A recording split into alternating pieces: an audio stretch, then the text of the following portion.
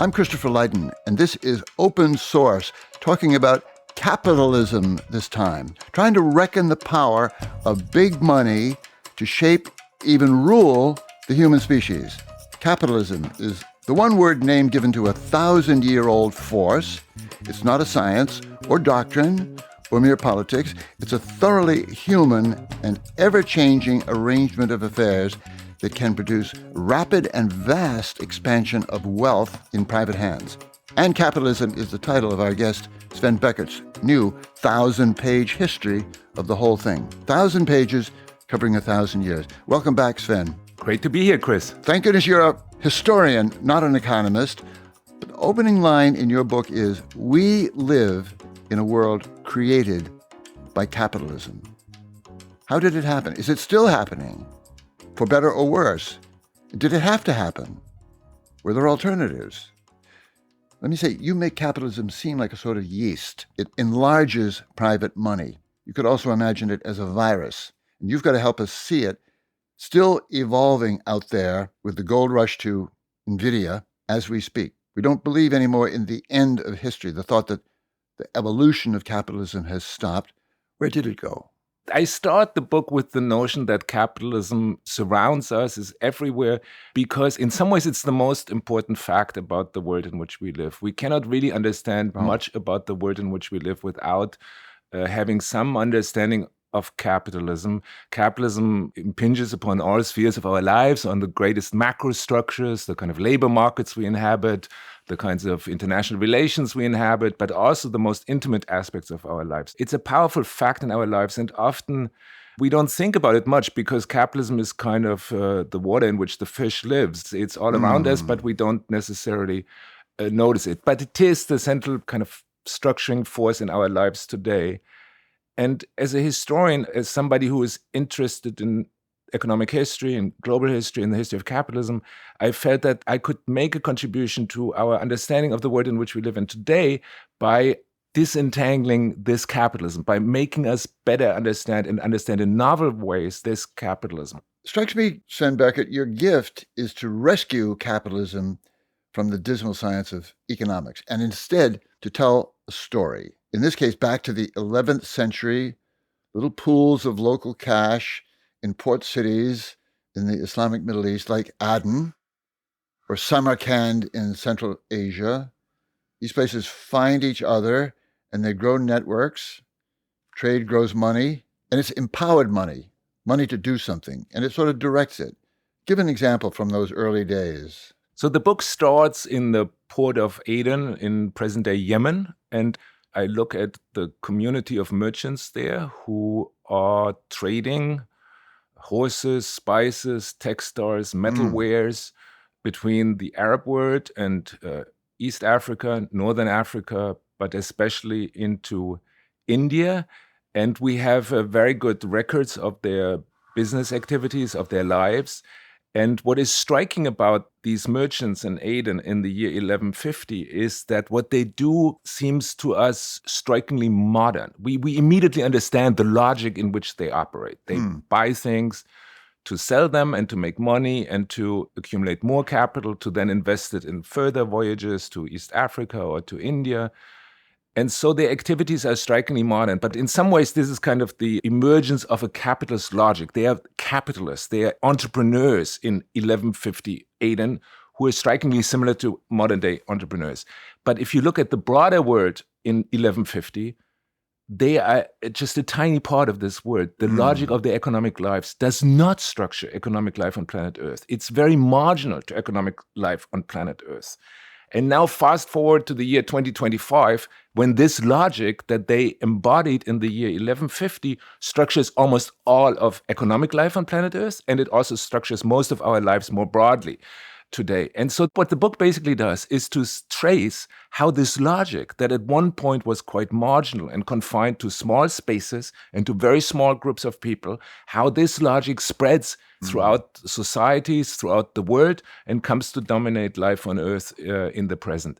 And I believe that this can only be understood from a historical perspective. You know, many people have tried to come up with ever finer definitions of what capitalism is, and they have analyzed capitalism from a rather abstract perspective. So it's funny, with your one-word title, Capitalism, A Global History, I mean, you're propelling yourself into the lineage of Adam Smith, Karl Marx, J.M. Keynes as one of the macro historians. How would you like this book to be remembered in that company? Yes, the book relates to Smith's work, to Marx's work, to Keynes' work, and many other big thinkers on capitalism. And obviously, thinking about capitalism is a crowded field, so it's kind of hard to make a contribution within that field. But I think this book stands out maybe in two particular ways. For one, it's fundamentally historical. It's a history of really existing capitalism as it actually unfolded.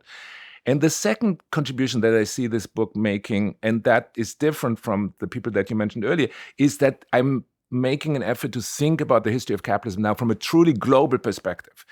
I mean, much of how we have told the history of capitalism is a story that is almost exclusively about Europe, the European continent, and maybe, later the United States. But the core argument of this book is really that capitalism was born global. It is global from the very beginning. Meaning what? It can go anywhere? It can speak any language? It can go anywhere. It can speak any language. It is not tied to a particular religion. It is not tied to particular kinds of cultures. The logic itself emerges in the Muslim world, as we already discussed. It emerges also in East and West Africa, on the European continent, of course. It emerges in China. It emerges in India. So right from the get-go, this logic that emerges in small places among small groups of people, like the islands of capital, this is a global process. And from then on, the entire history of capitalism is a globally networked process. Of course, there are hierarchies. Some parts of the world get much richer than other parts of the world. But at every moment, it's a global story. And we have not really acknowledged that because we have so much told the history of capitalism from the perspective of cities like Florence, Genoa, Venice, Amsterdam, New York. Maybe. I was going to say, it's a local sport here, too. Lowell, Massachusetts, which likes to call itself, on the Merrimack River there, the home base of American industrialism, with patents stolen by members of the Lowell family, brought it back, built a hugely prosperous 19th century New England, but it has these global qualities too. The book takes a real leap for me, Sven, when you talk about Barbados in the 18th century, tiny island in the Caribbean, basically sitting there with a small population, child of nature, and somehow it became the cutting edge of industrial capitalism for the world. I wish you'd just tell that story, highlight being the incredible transformative power of this thing, which made a different world of Barbados. Right. Again, this is an effort to globalize our thinking about capitalism. And I think you can understand this particular moment in the history of capitalism, like the 16th, 17th, 18th century. You can only understand that by giving a central role to a place like Barbados. And so we have talked about the merchants already. The merchants were basically engaged in buying things and selling them and then making a profit and reinvesting this profit. But the real emergence of capitalism, in my mind, is coming at the moment when merchants do not just focus on trade, but they begin to also invest their capital in production. That is a really novel step. And they do that first. They do that, of course, in agriculture, because almost everybody on planet Earth worked in agriculture and lived in the countryside. So capitalists are emerging in cities, but capitalism is emerging in the countryside. The countryside, though, was a place in which there were different kinds of rulers. There were the feudal lords. There were also peasants who had certain kinds of interests. So it was not easy to insert the capital into the countryside. It was very difficult. But in the 16th century, or beginning even in the 15th century, European merchants did something that nobody else did. Namely, they moved into different parts of the world. And one of the most important moves that they made was they moved to the Caribbean. And in the Caribbean, on an island like Barbados, they now encountered a world. Barbados was unsettled at the moment Europeans arrived in Barbados. They could now bring this logic of capital and the domination of production by merchants into this space by importing African workers, enslaved African workers, and by commercializing absolutely everything. So Barbados becomes in some ways one of the first fully capitalist societies, a society that is fully organized along the capitalist logic. And it's also very productive. It creates significant profits. And so this is a really important moment in getting capitalism going and having it spread around the world. Yeah, see the shape of it too.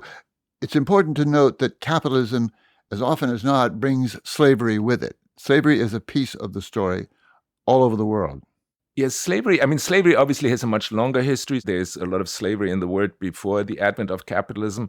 But at a certain moment in time in the 15th century, this new dynamic of merchants investing in production becomes linked to enslaving the worker in certain parts of the world. This is the case on the western coast of Africa. It's the case in the Caribbean. It's the case in South America. And eventually it's also the case in North America. And this is a particular moment in the history of capitalism. This moment also ends in the 19th century. But at this moment in the 16th, 17th, and 18th centuries and into the 19th century, slavery becomes important to capitalism, and partly becomes important to capitalism because the capitalist logic is a radical departure from the organization of economic life on planet Earth before. And it's difficult to bring people into this logic and to, for example, to make them work for others. It's difficult to convince people to work for wages for others if they could as well just be subsistence farmers on their own. So slavery is a way to bring in workers in a world in which it was difficult to mobilize labor for these new kind of investments that merchants engaged in. But it's breaking down a certain community. It's disrupting life. It is disrupting life drastically, which is why partly this logic capitalism faced such great resistances, because people have lived for centuries according to very different logics. We had tributary rulers, feudal lords, who basically took some of the production of peasants by force, and they were embedded in relations of mutual dependence. And then we have a lot of subsistence farmers all over the world who just look out for their families to produce the things that they needed to live. And these people were very reluctant to give up these kinds of logics in order to follow a different kind of logic, namely the logic of capital. This is a kind of difficult process that also unfolds very slowly. Sven Beckert, one of your great gifts, I think, is to tell this not just as history, but as a kind of biography. I noticed it strongly in your wonderful book on the empire of cotton, how this weed arrived from Asia in Europe in the 16th, 17th century, and basically took over the world. And it was the great industry, the early industry of the United States, went south.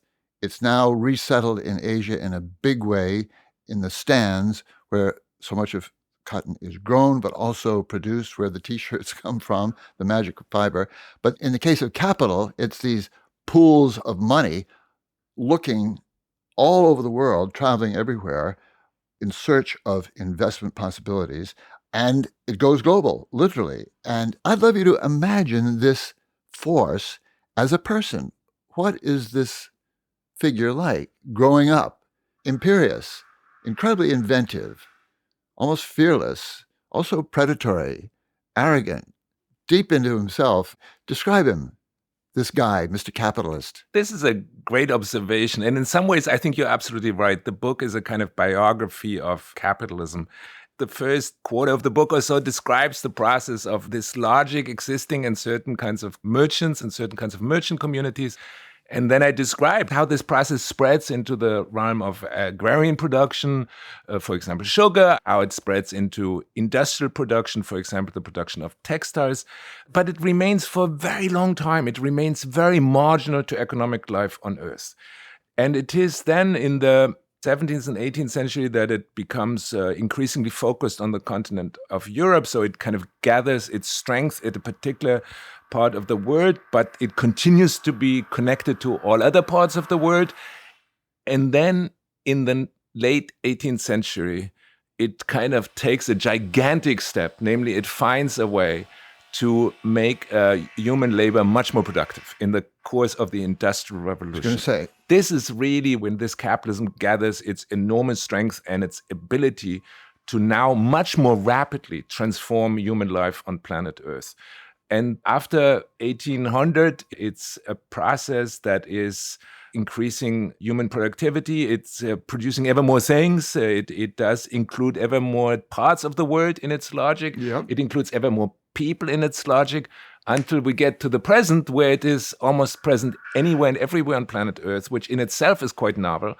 And it also has now captured almost all spheres of our lives. Not all of them, but very many spheres of our lives. I mean, obviously, capitalism is not a person, but I think the core characteristic of capitalism is its expansive nature. Standing still is impossible for capitalism. Capitalism is often thought of as conservative, but I think of it just as the opposite. I think capitalism is the most revolutionary economic order ever invented. It must and does always change, and it must and does always expand. We feel that in Barbados. Where else, for example, radical transformation and penetration of the culture, the psychology? I mean, we see that, for example, in the rapid transformation of the American South in the early decades of the 19th century, when lands that were once upon a time controlled by indigenous Americans become in a few years transformed into the world's greatest cotton plantations, supplying the Industrial Revolution in Great Britain. So this is a process that is very radical. It's very extensive. It stretches over a large territory. And it is extremely dynamic and extremely important to global capitalism. If we now fast forward almost 200 years and think about the present world, we can think of China, which sees the speed of change in China is completely unprecedented in the history of capitalism. And the growth of productivity, which you document in the book, is just overwhelming. We're becoming a footnote to world production. Yes, the world produces now twice as many things that we produced in the mid-1990s. We already produced a lot of things in the 1990s, and in some parts of the world, people on average lived already pretty well, but now we produce twice as much. So there you see, this is not just like a little bit more, but it's radically more, and it's ever accelerating. And this is a total break with previous human history. I mean, there was economic growth before the advent of capitalism. There was also, to some degree, technical innovation.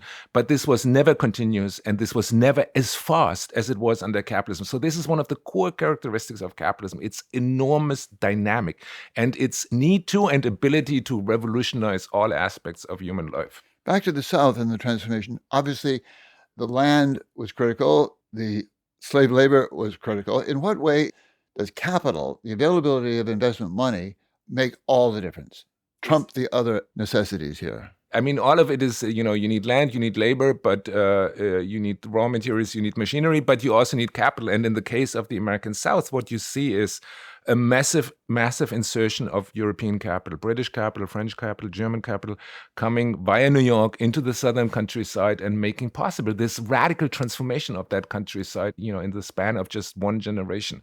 And this transformative power of capital, you can see that, basically by looking at any place where you live. Probably if you think a little bit about the history of the places you live in, you can see, if you carefully look at it, you can see the kind of transformative powers of capital. And this is unlike any other form of economic activity that has ever been practiced on planet Earth. And that's one of the core characteristics of capitalism. So if capitalism would be a person, as you say, it would be a person who, like a child that can never sit still, that always keeps moving and always thinks about the next big thing. This is incredible. Your reader gets this in the book. I was wondering, could you read this history as, in fact, with all its disruptive and destructive and anti-ecological pain, could you read it as an endless series of missed opportunities to promote an alternative to the power of capital? What if the value of human equality, for example, or justice were the ultimate necessity, or kindness, or virtue? Yes, that's a great question, and one that is not easy to answer, because the logic of capital, the kind of powers of capital and capitalism, of course, were extremely important in structuring the world in the past few hundred years. Even within capitalism, there remain spheres that are beyond the logic of capital. There is still kindness in the world. There are families that are not organized along the logic of capital. So it's not like that everything in the world gets subsumed under the logic of capital. But the reason of why capitalism thrived is exactly because of its dynamism, because it does have the effect of producing ever more. And it has the effect that, the world we live in today is, for better or for worse, is a result of this capitalist revolution. And, we know that we are able to produce much more. We are able to consume much more. We are living longer lives. There are many more of us on planet Earth as a result of this capitalist revolution. Of course, it has all kinds of other effects. We talked already about some of them, dispossession of indigenous people, the enslavement, but also what you just mentioned, the environmental consequences of this ever greater production, ever greater consumption. And, if this is sustainable, that's a different question. How many phases or regimes of capitalism can you count in modern times, the last 2 centuries, say? And what are the real differences among them? Various kinds of regulation or deregulation, and of course, crashes with some regularity, especially the Great Depression of the 20s. Capitalism is a dynamic civilization, but it's also crisis prone. Yes, unstable. That's the fundamental characteristic of it. The world doesn't stand still, and it does go along with often quite serious economic crises. But if you ask me what are the characteristic phases or regimes in the history of capitalism in the past 200 years, then we certainly have, the long history of capitalism in which merchants and trade and in some ways also agrarian production dominate at the core of this capitalism. And that goes certainly until the 1780s, the late 18th century, to be followed by a capitalism that is now still embedded within the kind of logic of that regime, but it becomes more industrial with the Industrial Revolution beginning in Great Britain and then elsewhere, also in the United States in the 19th century. But then in the late 19th century, capitalism fundamentally is recast, and it becomes now much more focused on heavy industry. It is now characterized by much more massive agglomerations of capital. It is now characterized by industrial capital becoming really central to capitalism, and not so much anymore the merchants who were so dominant for the previous 600 years. And it becomes a capitalism that is ever more strongly structured by the state. And that capitalism structures the word capitalism until the late 20th century.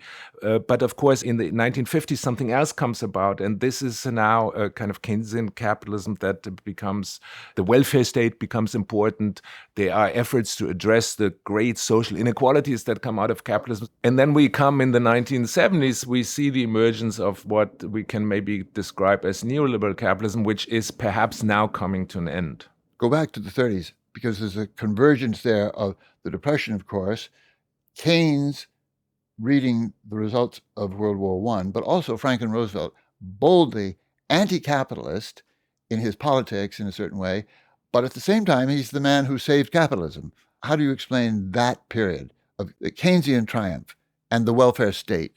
Yeah, the late 1920s and early 1930s were a true crisis of global capitalism. It was so deep a crisis that even many conservative thinkers thought that this might be the end of capitalism. It brought with it severe social dislocations, but also collapse of economic activities in almost all parts of the world. It was a truly global crisis. It led to serious political dislocations. It led to the rise of fascism in Europe. And it was pretty clear in the early 1930s that the kind of capitalism that had been practiced previously would not find a way out of this crisis. So new kinds of economic policies were needed.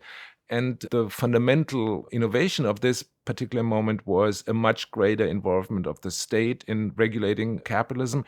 It was the need to build a more extensive welfare state that would both enable people to survive the crisis, but would also guarantee that they would continue to be consumers, to purchase the goods that came out of these ever more productive factories. So the kind of New Deal state that emerges out of the crisis of 1929 is really a departure in the history of capitalism, but it's also an effort to rescue capitalism. And it does rescue capitalism. Capitalism does continue after 1929, despite expectations to the contrary.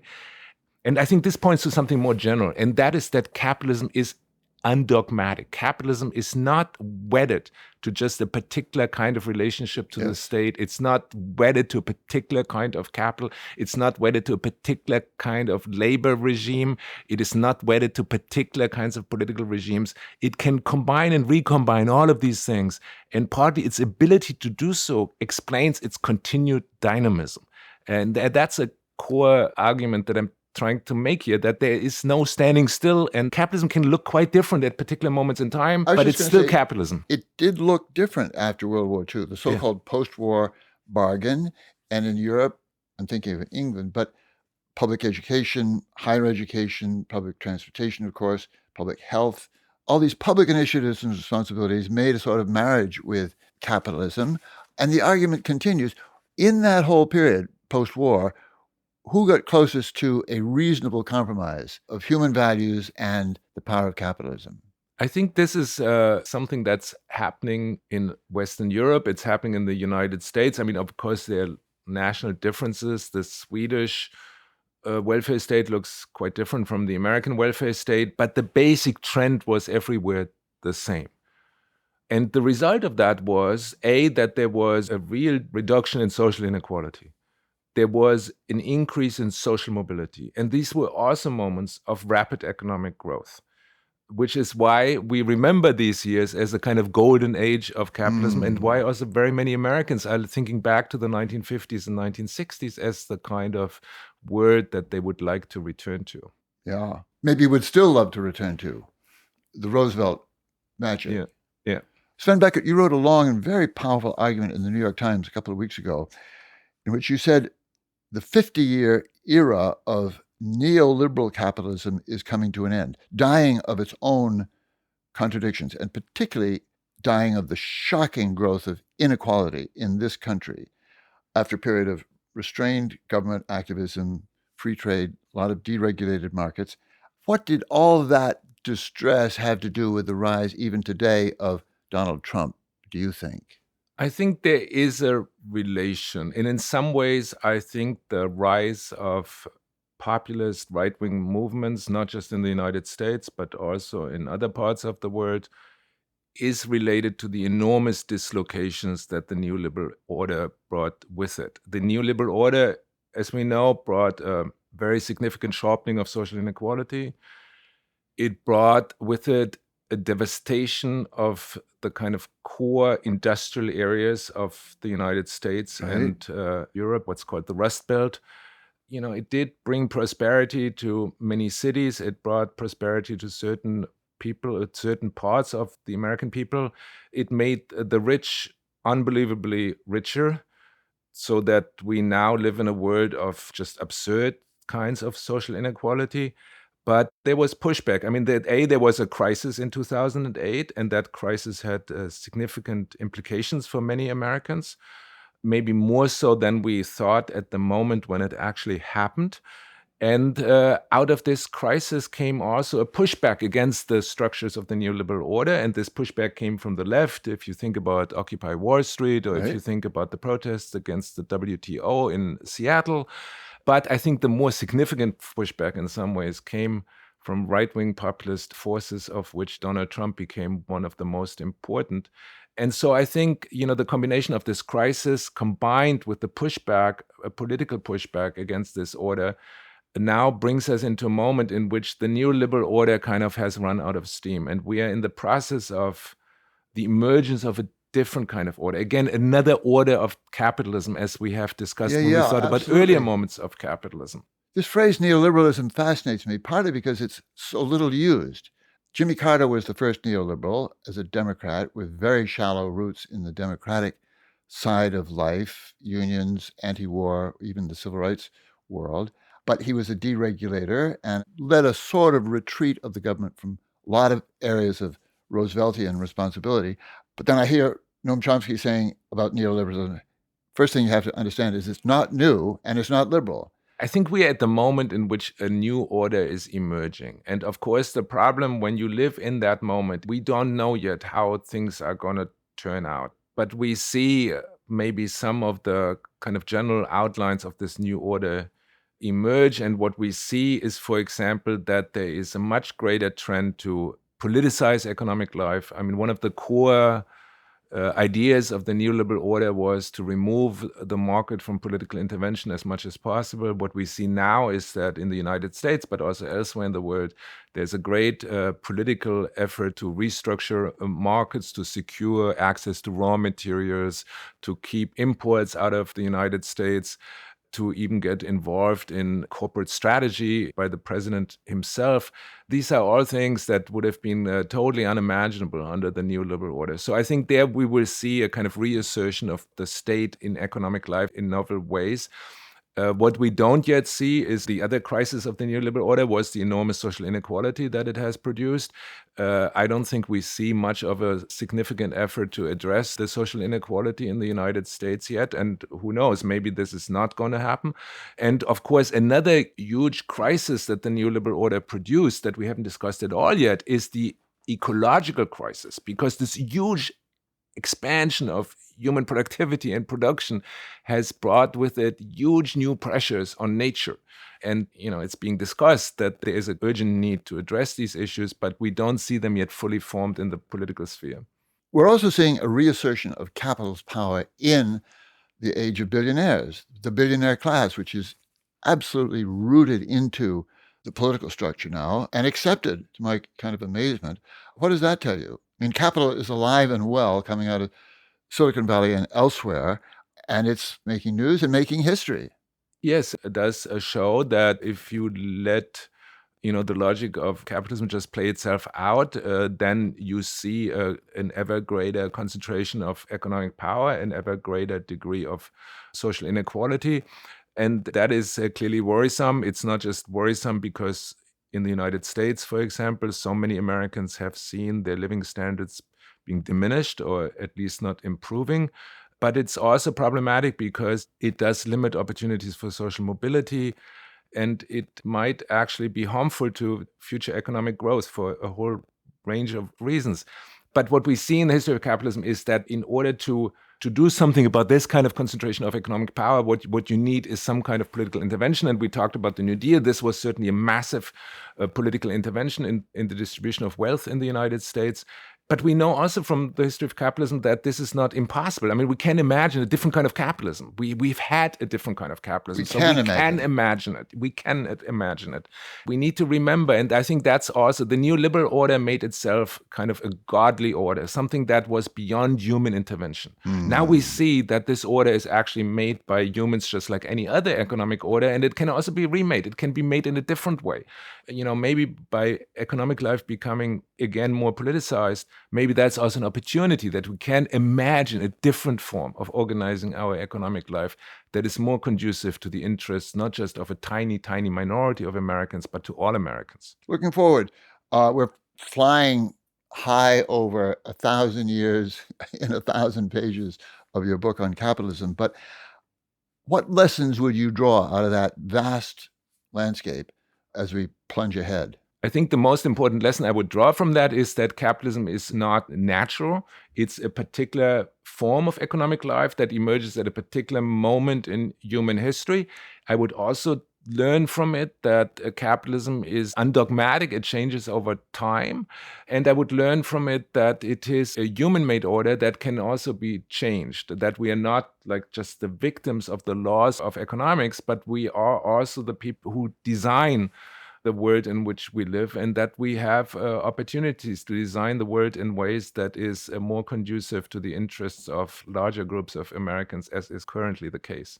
And maybe people everywhere. One lesson for me, Sven, in all this is that Frederick Jameson, all-purpose critic, was not being funny with his famous aphorism. He is said to have said, "It's easier to imagine the end of the world than to imagine the end of capitalism."